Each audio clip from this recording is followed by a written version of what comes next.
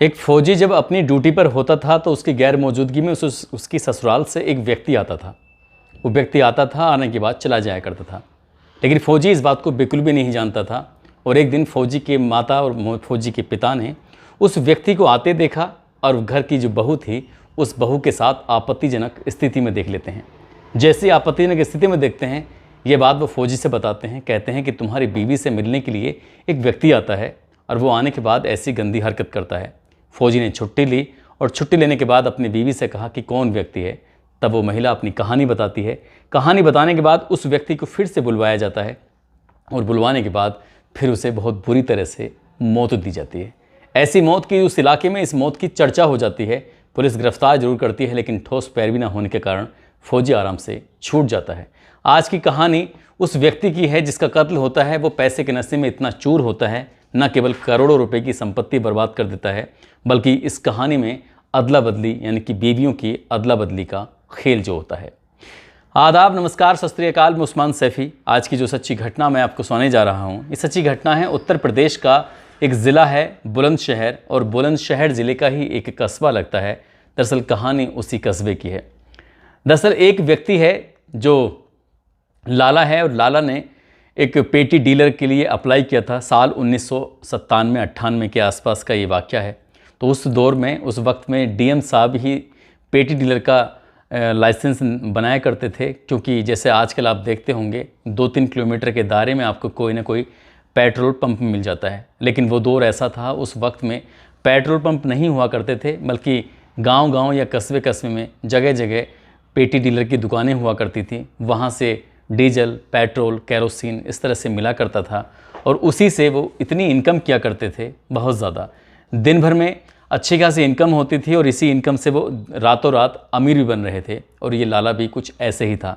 लेकिन लाला की लापरवाही के चलते एक दिन दुकान में बहुत बुरी तरह से आग लग जाती है, और जैसे ही आग लगती है लाला भी उसी आग में झुलस कर मर जाता है। और जब मर जाता है तो उसकी जिम्मेदारी उसका जो बड़ा बेटा होता है, जिसका नाम मुकेश कुमार होता है, मुकेश कुमार के पास पूरी जिम्मेदारी आ जाती है। उसके बाप ने इतना पैसा कमाया कि कम से कम 200 बीघा ज़मीन और बहुत सारे पैसे उसने इकट्ठे कर लिए थे। लेकिन बेटे का जो चाल चलन था बहुत ज़्यादा अच्छा नहीं था। बेटे की गांव के कुछ लोगों से, कस्बे के कुछ लोगों से दोस्ती थी, और उन्हीं में से एक दोस्त होता है खालिद। दरअसल खालिद और उसकी पत्नी अफसाना, उसका एक बेटा होता है लगभग 3 या 4 साल के आसपास का। बेटा अचानक से बीमार हो जाता है। तब खालिद की जो पत्नी होती है अफसाना, वो कहती है कि बेटे का इलाज कराना बहुत ज़रूरी है, यदि इलाज नहीं कराया तो ये मर जाएगा, और इसके लिए हमारे पास पैसे नहीं हैं। तुम्हारे जो दोस्त हैं, गांव के अच्छे खासे ज़मींदार हैं, उनके पास बहुत पैसा है, तुम जाकर उनसे मदद मांगो, शायद वो मदद कर देंगे। जैसे ही खालिद अपने दोस्त के पास जाता है, मुकेश के पास जाने के बाद कहता है कि भाई, मेरा बेटा बहुत ज़्यादा बीमार है, मुझे कुछ पैसों की ज़रूरत है, तुम चाहो तो मेरी आर्थिक रूप से मदद कर दो, मैं तुम्हारे पाई पैसे को एक लौटा दूंगा और मेरा बेटा ठीक हो जाएगा। जैसे ही खालिद ने रिक्वेस्ट करते हुए मुकेश से पैसे मांगे, मुकेश ने काफ़ी सोचने समझने के बाद कहा कि मुझे पूरी उम्मीद है कि मैं पैसे तुम्हें दे दूंगा, लेकिन तुम पैसे वापस कर नहीं पाओगे। यदि तुम्हें पैसे चाहिए तो तुम्हें एक काम करना पड़ेगा। खालिद के सामने एक ऑफ़र रखता है, और ऑफ़र वो कुछ इतना ख़तरनाक होता है, इतना भयानक होता है, जिसको सुनने के बाद खालिद की आंखों में आंसू आ जाते हैं। वो कहते हैं कि पैसे तो मिल जाएंगे, लेकिन तुम्हारी इतनी खूबसूरत बीवी है, उस बीवी को तुम्हें मेरे पास भेजना पड़ेगा, और जितने चाहे वो यहाँ से पैसे ले जा सकती है, मुझे कोई एतराज़ नहीं है। जैसे मुकेश खालिद से बात कहता है, तो मुकेश की बात सुनने के बाद खालिद रोने लगता है और गिड़गिड़ाने लगता है। कहता है कि तुम दोस्त हो, दोस्त होकर ऐसी बातें करते हो, तुम्हें शर्म नहीं आती। इस तरह से यहाँ एक दूसरे में काफ़ी बात होती हैं, बहसबाजी होती है। लेकिन खालिद बिना कुछ कहे, क्योंकि वो गरीब था, इसलिए वो उसका ना मुकाबला कर सका, ना उससे कुछ ज़्यादा बात कर सका। चुपचाप घर आता है, मायूस होकर अपनी बीवी के सामने बैठ जाता है। उसकी बीवी कहती है कि तुम्हारे दोस्त ने पैसे दिए कि नहीं दिए। वो कहता है कि पैसे नहीं दिए। जब बीवी बार बार पूछती है कि वो तुम्हारा दोस्त है, पैसे क्यों नहीं दिए, क्या बात है, कुछ तो बताओ, कुछ तो बोलो, वो कहता है कि बात बताने लायक नहीं है। वो अपने पति को, अपने शौहर को वो कसम धर्म खिलाती है और कहती है कि जो बात है, जैसी भी बात है, मुझे बताओ, मैं भी तो जानूँ तुम्हारा दोस्त तुम्हारे बारे में क्या सोचता है और क्या बात नहीं। तभी वो कहता है कि तुम्हें भेजने के लिए, तुम्हें पास भेजने के लिए कहता है, तुम्हारे साथ वक्त बिताने के लिए, तुम्हारे साथ रात बिताने की बात करता है। और कहता है कि जितने चाहो उतने पैसे ले जाओ, मुझे कोई एतराज़ नहीं है, पैसे दे दूंगा। बीबी जब ये बात सुनती है, यानी कि अफसाना ये बात सुनने के बाद उसे शुरुआत में तो बड़ा अफसोस हुआ, क्योंकि उसके बेटे की जान खतरे में थी, उसका इलाज कराना बेहद ज़रूरी था। वो सीधा जाती है उसके पास, मुकेश के पास जाकर कहती है कि जो चाहे तुम वो कर लो, लेकिन मुझे पैसों की सख्त ज़रूरत है, मुझे पैसे चाहिए। मुकेश ने उसके साथ वो किया जो शायद नहीं करना चाहिए था। इंसानियत इस बात को बिल्कुल कतई इजाज़त नहीं देती। उसने उसकी मजबूरी का फ़ायदा उठाते हुए उसके साथ उसके शारीरिक संबंध बनाए, और शारीरिक संबंध बनाने के बाद उसे पहली बार में 10,000 रुपये की रकम दी, और 10,000 रुपये लेकर वो अपने बेटे का इलाज कराने के लिए शहर जाती है। शहर जाने के बाद वो अपना इलाज कराती है और वापस आ जाते हैं। बेटा स्वस्थ हो जाता है, ज़िंदगी फिर से पटरी पर लौट आती है। उसके कुछ दिन के बाद मुकेश फिर आता है, आकर कहता है कि तुम यदि मुझे खुश करोगी तो मैं तुम्हें पैसे दूंगा, और ये सिलसिला शुरू हो जाता है। कभी 5,000, कभी 10,000, कभी ज़्यादा, कभी कुछ कम। इस तरह से लगातार पैसे की डिमांड वो पूरी करता रहा, और वो महिला उसके पास जाती रही। उसका काम था पेटी डीलर का। उसका काम बहुत अच्छा चल रहा था, हर रोज़ बहुत अच्छी खासी इनकम होती थी, उसके पास अच्छी खासी ज़मीनें थीं, और उस महिला ने उसके साथ ज़्यादातर वक्त बिताना शुरू कर दिया। खालिद को ये बात बहुत ज़्यादा चुभती थी, बुरी लगती थी, लेकिन उस महिला ने अब गांव छोड़ने का पूरी तरह से इरादा बना लिया था। उसके लिए उसने दिल्ली में अपनी जगह खरीदने का मन बनाया। अपने पति से कहा कि तुम जाकर दिल्ली में कोई जगह ढूंढो, हम लोग दिल्ली रहेंगे। और वो मुकेश के पास जाती थी, उससे अच्छी खासी रकम लेती थी, कभी 1 लाख तो कभी उससे ज़्यादा ले लिया करती थी। इसी हिसाब से उसने दिल्ली में एक ज़मीन खरीदी। ज़मीन खरीदने के बाद वहाँ पर अपना घर बनाया, और घर बनाने के बाद अपने पति अपने बेटे के साथ वो जाकर दिल्ली में शिफ्ट हो जाते हैं। और ये इस बीच में कई साल बीत जाते हैं। कई साल बीतने के बाद इसका जो काम था, जो मन था, वो काम में नहीं लगता था, और जिसकी वजह से उसका काम लगातार पिटता चला जाता है।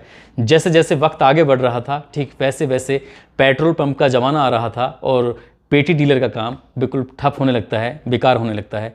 धीरे धीरे करके वो अपनी ज़मीनों को बेचने लगता है, और ज़मीन बेचते बेचते वो अय्याशी गिरी में ही ऐसे पैसे खर्च करता था। न केवल उसकी ज़िंदगी में अफसाना थी, बल्कि कई ऐसी महिलाओं के साथ उसके शारीरिक संबंध बने हुए थे। वो जब जब कोई व्यक्ति उसके पास आता था, तब तब वो उसकी मजबूरी का फ़ायदा उठाने के बाद ऐसे ही उसकी बीवियों को अपने पास भेज दिया करता था। और जब कुछ साल बीत जाते हैं, जब उसके पास पैसे की तंगी हो जाती है, जब वो परेशान रहने लगता है, तब वो एक बार फिर से अफसाना के पास दिल्ली जाता है। और दिल्ली जाने के बाद कहता है कि अफसाना, मैं तुमसे मिलने के लिए आया हूँ। और अफसाना जब ये बात सुनती है तो अफसाना कहती है, ठीक है, कोई दिक्कत नहीं है, कोई एतराज़ नहीं है, तुम मुझसे मिलना चाहते हो तो मिल सकते हो, लेकिन एक शर्त है, और उस शर्त को तुम्हें पूरा करना पड़ेगा। वो पूछता है कि मैं क्या शर्त है। वो कहती है कि तुम अपनी बीवी को मेरे शोहर के पास भेजना पड़ेगा। तुम्हारी बीवी मेरे शोहर के पास आएगी, वो जैसा चाहे, जैसे करे तो वैसा करने देना, और जब तुम चाहो मुझे अपने पास बुला सकते हो, मुझे इसमें कोई एतराज़ नहीं है।